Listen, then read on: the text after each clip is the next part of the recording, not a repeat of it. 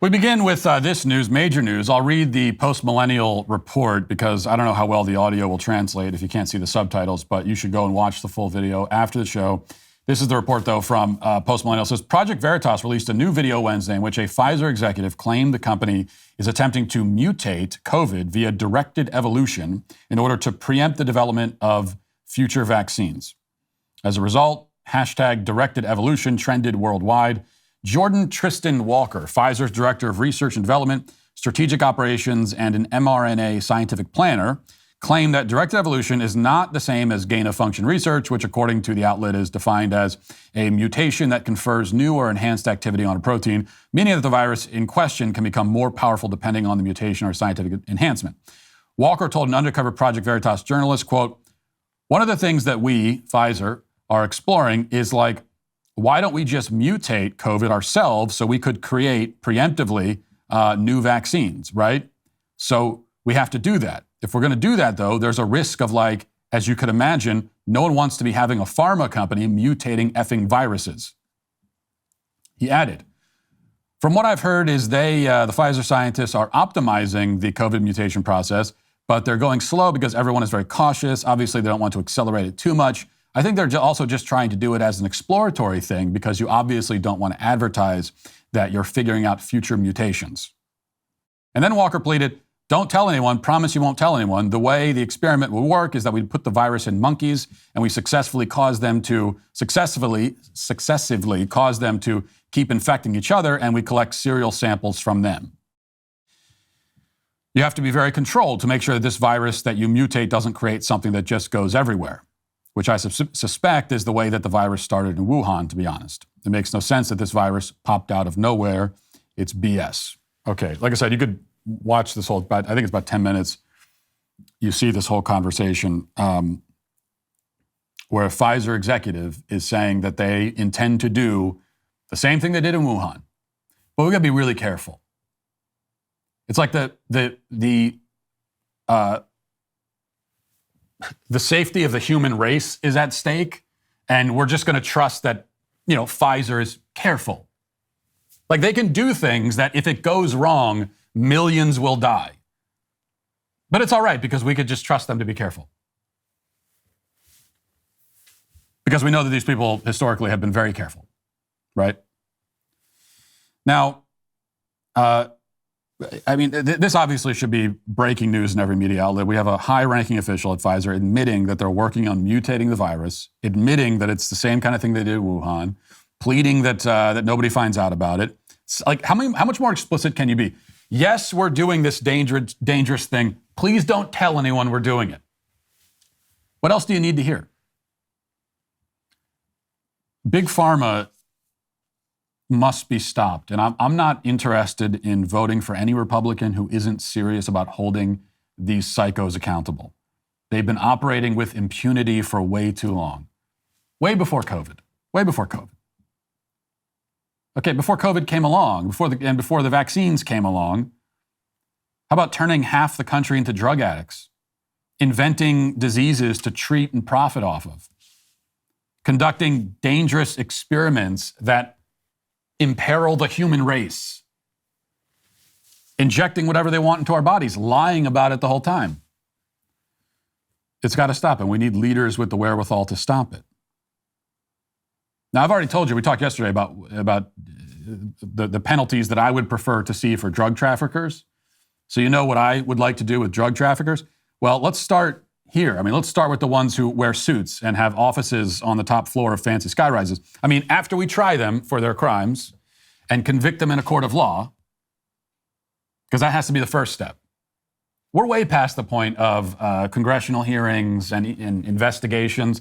We need both of those things, but they don't mean anything if they don't lead to trials and criminal charges, convictions, punishments.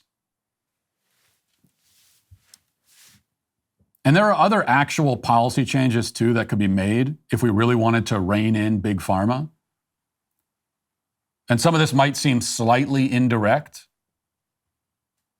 but really it's not, and we need to be doing it. Reining in Big Pharma, right, means either it means it's simply a talking point, something that you say, But if it's more than a talking point, it means cutting off the funds. It means taking money away from these people.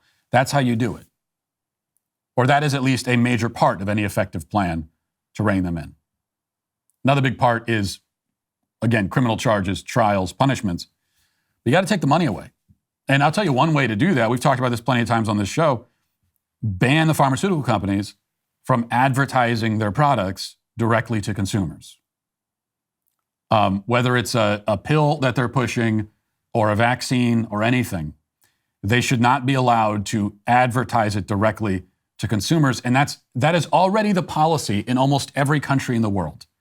Almost every country in the world, most countries, they don't let the pharmaceutical companies advertise directly to consumers. That was the policy in this country until I think it was the mid-90s when the FDA changed it. The fact that this policy was changed and has not been changed back, the fact that we still allow them to advertise to consumers only shows you that our politicians are in their pockets because there's no good argument for allowing this. I just read an article a couple days ago, and I'll pull it up maybe tomorrow. We'll talk about this in more detail because it's very important. But basically, according to this article, the drugs, there's kind of an inverse correlation here because the drugs with the biggest ad budgets have the lowest therapeutic value. And why is that?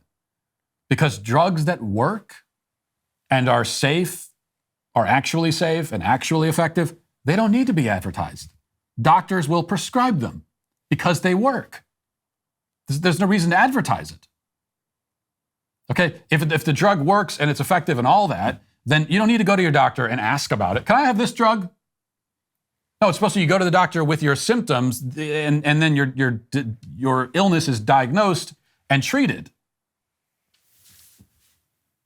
But drugs that don't work need advertising because they need you as the patient to go to your doctor and ask for them.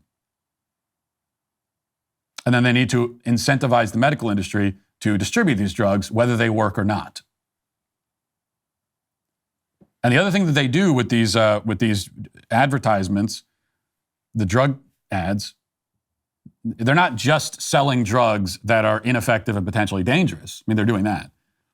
But they're also selling the disease. They sell the disease, right? That's why all the ads are the same. They say, do you have this XYZ symptom? Well, talk to your doctor about this drug. They're not even asking you, oh, well, if you already have this disease, here's a drug for you. It's like, let's convince you that you have this disease, a disease that you might not actually have, diseases that might not even exist, because Big Pharma, they also invent diseases that don't exist so that they can treat them and profit off of them. And then once they've toyed with your hypochondriac mind and convince you you have this thing, you go to the doctor and you plead for the pills that you want, and then most of the time you get it.